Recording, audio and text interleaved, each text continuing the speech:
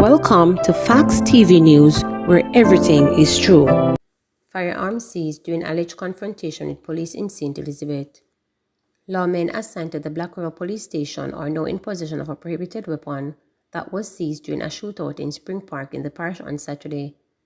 Reports are that about 6 p.m., a gunman was shot as he engaged in a battle with police. When the gunfire ceased, one Taurus .357 Magnum and 3 rounds of ammunition was seized. The gunman is now reportedly in hospital under police guard. Investigations are ongoing. Man flees from police, leaving firearm behind on Beeson Street. A team of officers assigned to the Kingston Western Police Division seized one prohibited weapon and 17 rounds of ammunition on Beeson Street on Saturday. Reports from the Denham Town Police are that about 8:15 p.m., lawmen were on patrol in the area when they saw a group of men along the roadway, one of whom was reportedly holding something seemed to be a firearm. On seeing the police team, the man allegedly dropped the item on the ground before making his escape on foot. The item was retrieved and, upon closer examination, was found to be a 9mm Taurus pistol with a magazine containing 17 9mm rounds. No one was arrested in relation to this seizure. Police constable shot dead in suspected suicide. A police constable is dead after he was shot in the head at his home in Hanover on Sunday afternoon.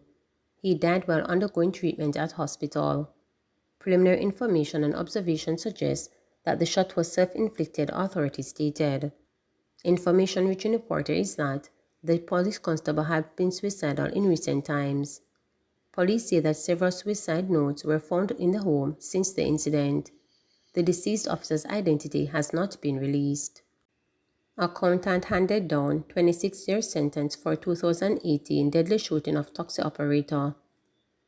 Philip Whitaker, the 57-year-old accountant who was convicted for the 2018 murder of 43-year-old Trelawney taxi operator Garfield Binloss, was sentenced to 26 years in prison when he appeared in the Trelawney Circuit Court on Friday, July 7. Whitaker was found guilty by a panel of jurors when he appeared in the Trelawney Circuit Court earlier this month.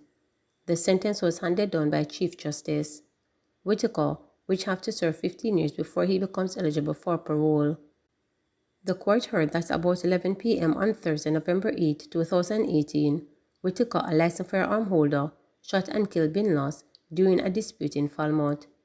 Whitaker reported the incident to the Falmouth police station, where he was held and subsequently charged after being interrogated in the presence of his attorney.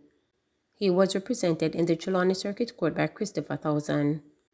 Somerset residents now have access to free portable water. Residents of Somerset in Manchester now have access to free portable water following the opening of a water shop in the area.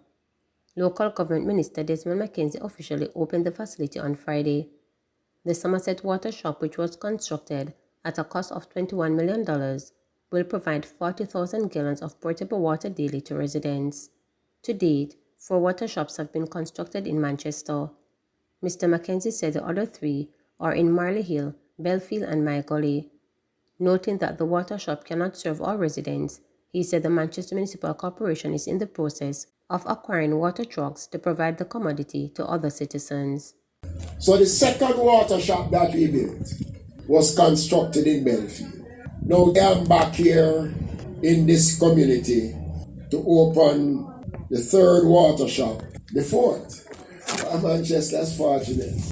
But this one that we are opening is the largest one in the entire island. This is the first we have built one with the capacity of 40,000 gallons of water. And I'd like to make the point that we're not saying that this is the solution to the water problems that rural Jamaica faces.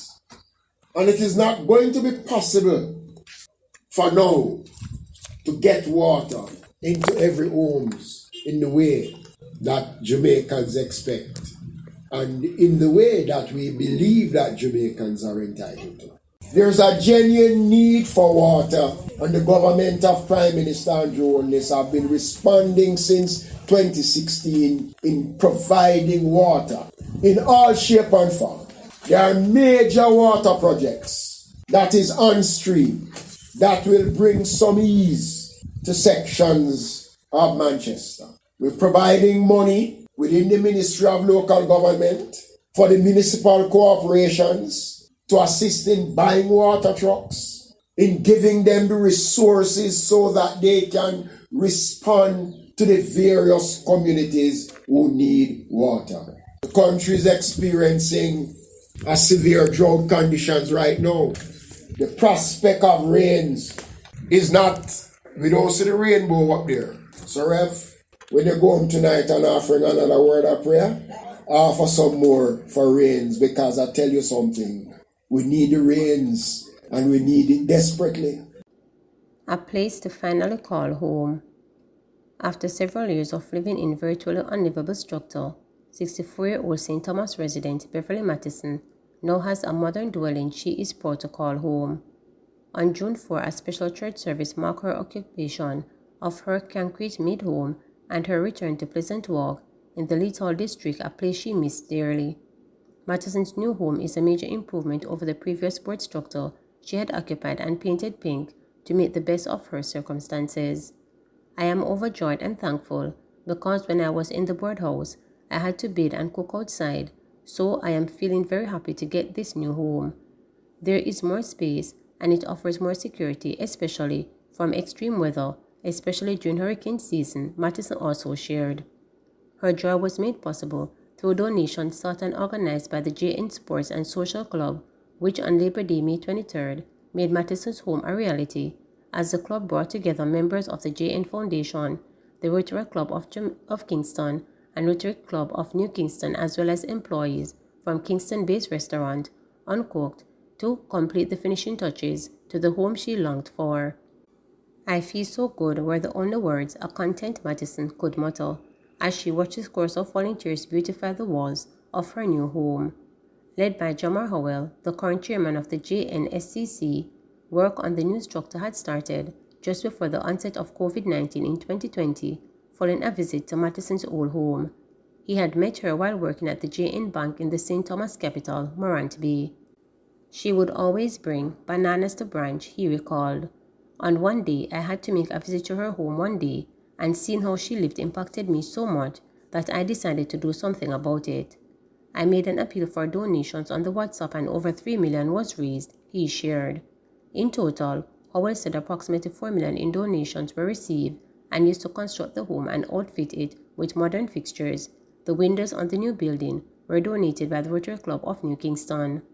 For the Rotary Clubs, giving back to communities remains a key part of their mission, and for its membership, partnering on the activity was a no-brainer. President of the Rotary Club of Kingston, Tony Moy Stewart, described it as a worthy cause, while for one member of the New Kingston Club, Nikita Watson, the experience was rewarding, especially because they were assisting to transform someone's environment. For anyone coming from less space to this, it is a blessing in disguise, so we were happy to come out and help in any way we could, added Marketing and Communication Officer at Uncooked, Robin K. Campbell. Over the past 3 years, the JNSSC also received support from the Jamaica Biscuit Company, several JN Group employees, and independent building contractors from as far as Spanish Town, St. Catherine, to construct the new building for Miss Mattison. While work took place, the St. Thomas resident lived at a temporary accommodation elsewhere in the parish, also organized by Howell. It is with pride that we at the JN Group have been able to help another member to find their way and achieve their purpose, he expressed. I know she was very anxious to come back home because she has her neighbors and friends around this area, and she was really displaced to another community for a while, he added. Corporate banking specialist at JN and JNSSC, Vice Chair Social, Michelle Webster, declared that it's always a great feeling when we reach out to the community we serve in this way because it shows that JN is here to assist when needed. A comfortable house can be a great source of happiness, and Beverly Mattison sees it as her start to a better way of life. She is now moving to further furnish the new space and a decoration element based on her own taste. I liked nice pretty things including flowers, and I'll be fixing up the place how I want it as time goes by, the pleased new homeowner divulged. Please remember to subscribe, like, share, and click the notification